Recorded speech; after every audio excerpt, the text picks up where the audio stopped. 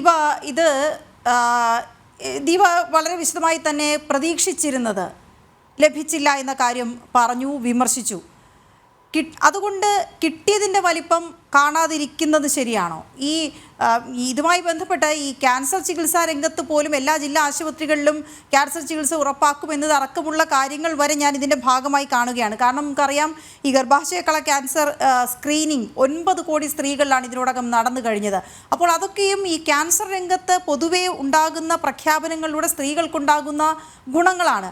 അത് മഹാത്മാഗാന്ധി പദ്ധതിയിലൂടെ, തൊഴിലുറപ്പ് പദ്ധതിയിലൂടെ സ്ത്രീകൾക്ക് കിട്ടിയില്ല എന്നുള്ളത് കൊണ്ട് ഈ കിട്ടിയതിനെ കാണാതിരിക്കാൻ കഴിയില്ല എന്നതുപോലെ തന്നെ സ്ത്രീ മുന്നേറ്റത്തിന്, അല്ലെങ്കിൽ ഈ ഇന്ത്യയുടെ വ്യാവസായിക രംഗത്തോ അല്ലെങ്കിൽ അതുപോലെ തന്നെയുള്ള വലിയ സാങ്കേതിക മുന്നേറ്റ രംഗത്തോ ഒക്കെ സ്ത്രീകൾക്ക് വലിയ തോതിൽ കടന്നു വരാൻ കഴിയുന്നതിനെ കാണാതിരിക്കുന്നത് ശരിയാണോ?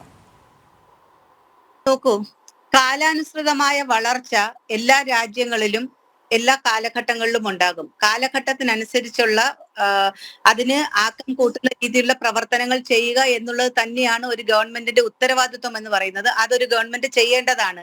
കുറച്ച് പ്രോജക്റ്റുകൾ ഇങ്ങനെ പ്രഖ്യാപിക്കുമ്പോൾ ഞങ്ങൾ ഇതൊക്കെ ചെയ്യുന്നുണ്ടല്ലോ എന്ന് പറയുമ്പോഴാണ് ഞാൻ പറഞ്ഞത്, നിങ്ങൾ ആദ്യം തന്നെ കൊണ്ടുവന്ന ബേട്ടി ബച്ചാവോ ബേട്ടി പഠാവോ എന്ന് പറയുന്ന ആ ഒരു പ്രോജക്റ്റ് എന്ന് പറയുന്നത് ഈ കുംഭമേളയ്ക്ക് വന്ന എല്ലാവരുടെയും ശ്രദ്ധയാകർഷിച്ച ആ കുട്ടിയെ ഇന്റർവ്യൂ ചെയ്തപ്പോൾ ആ കുട്ടി പറയുകയാണ്, ഐ എം നോട്ട് സ്റ്റഡിയിങ്, ഞാൻ പഠിക്കുന്നില്ല, I am not going to school എന്ന് പറയുമ്പോ അവിടെ എന്ത് ഉറപ്പാണ് അവിടെ കിട്ടുന്നത്?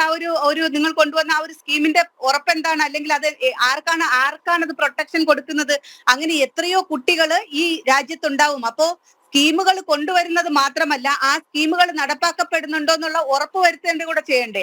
വെറുതെ ഞങ്ങൾ ഇങ്ങനെ ചെയ്തു, നിങ്ങളല്ലേ കാർഡടച്ച് വെടിവെക്കുന്നത്? സ്കീം കൊണ്ടുവരാനും ബജറ്റിൽ പ്രഖ്യാപനം നടത്താനും ആർക്കാണ് കഴിയാത്തത്?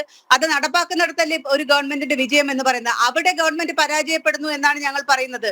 പിന്നെ ഏറ്റവും പ്രധാനപ്പെട്ട ഇത്തരത്തിൽ വിജയകരമായി നടന്നുകൊണ്ടിരിക്കുന്ന പ്രോജക്റ്റുകളിൽ നിങ്ങൾ യാതൊരു തരത്തിലുള്ള എൻഹാൻസ്മെന്റും ഈ ഗവൺമെന്റ് ചെയ്യുന്നില്ല എന്നാണ് പറഞ്ഞത്. ഒരേ എമൗണ്ട് തന്നെ ഇത്രയും വർഷമായിട്ട് നീക്കി വെക്കുന്നു ഏറ്റവും വലിയ പ്രധാനപ്പെട്ട സ്ത്രീകളുമായിട്ട് ബന്ധപ്പെട്ട ഒരു പ്രോജക്റ്റിന്. അതാണ് പറയുന്നത്. അല്ലാതെ നിങ്ങൾ പ്രഖ്യാപിക്കുന്നില്ലെന്നല്ല. ഗവൺമെന്റ് എല്ലാ ബജറ്റിലും ഒരുപാട് പ്രഖ്യാപനങ്ങളൊക്കെ നടത്തുന്നുണ്ട്. പിന്നെ ഇവിടെ മറ്റൊരു കാര്യം പറഞ്ഞ എന്താണ്, ഇവിടെ ആരോഗ്യരംഗത്തിന്റെ കാര്യം പറയുമ്പോൾ ഞാൻ ചോദിക്കുകയാണ്, ആദിവാസി മേഖലകളിൽ ഗർഭിണികളുടെ മരണം എത്രമാത്രം സംഭവിക്കുന്നുണ്ട്? പോഷകാഹാര കുറവ് കൊണ്ട് കുട്ടികൾ, കഴിഞ്ഞ വർഷം തന്നെ എത്ര പോഷകാഹാര കുറവ് കൊണ്ടുള്ള റിപ്പോർട്ട് നമ്മുടെ കേരളത്തിൽ തന്നെ ഉണ്ടായിട്ടുണ്ട്. അങ്ങനെ താഴെ തട്ടിലുള്ളവരെ സംരക്ഷിക്കുന്ന ഒരു ഗവൺമെന്റ് ആണ് എങ്കിൽ അത് വെച്ച് നോക്കുകയാണെങ്കിൽ കോവിഡ് കാലത്ത് കൊടുത്ത ഇളവുകൾ ഇപ്പോഴും കോർപ്പറേറ്റുകൾക്ക് കൊടുക്കുന്നുണ്ട്. ആ ഇളവുകളൊന്നും തന്നെ മാറ്റിവെച്ചിട്ടില്ല. അപ്പോ ഏറ്റവും കൂടുതൽ പ്രൊട്ടക്ഷൻ കിട്ടുന്നത് താഴെ തട്ടിലുള്ളവർക്കാണോ കോർപ്പറേറ്റുകൾക്കാണോ ഈ ഗവൺമെന്റിൽ നിന്നുള്ളത് നമ്മൾ മനസ്സിലാക്കണം.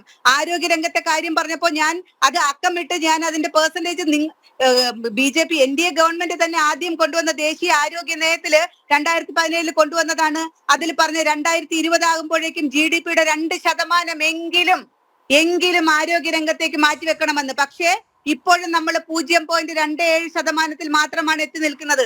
അതാണ് പറയുന്നത്. സ്കീമുകൾ പറയുന്നതിൽ മാത്രമല്ല, അത് നടപ്പാക്കുന്നതിനുള്ള പരാജയത്തെ കുറിച്ചാണ് സൂചിപ്പിച്ചത്. പിന്നെ മുദ്രാ ലോണിന്റെ കാര്യം പറയുമ്പോൾ എനിക്ക് വളരെ വ്യക്തമായിട്ട് അറിയുന്ന കാര്യങ്ങളാണ്.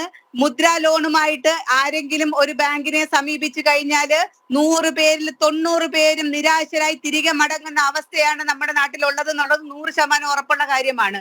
അല്ലാതെ വെറുതെ പേപ്പറിൽ നോക്കിയിട്ട് ധനമന്ത്രി എഴുതി വെച്ചത് നോക്കി, മിനിസ്ട്രിയിലെ പേപ്പർ നോക്കി വായിക്കുന്നത് പോലെ അല്ല താഴെ തട്ടിലെ ജനങ്ങളുടെ ജീവിതം എന്നുള്ളത് മനസ്സിലാക്കുക. അത്രേ ഉള്ളൂ. ഇപ്പോൾ ദീപ സൂചിപ്പിച്ചതുപോലെ ഈ പോഷകാഹാര കുറവ് ഇപ്പോഴും ഉണ്ട് എന്ന് പറഞ്ഞാൽ പോഷൺ പദ്ധതി അവസാനിപ്പിച്ചു എന്നല്ല ഈ ബജറ്റിലും ധനമന്ത്രി പറഞ്ഞത്. അത് തുടരുക തന്നെയാണ്. അതിൽ എത്രത്തോളം ആളുകൾക്ക് പ്രയോജനം ഉണ്ടാകുമെന്ന കാര്യമാണ് ചൂണ്ടിക്കാണിച്ചത്.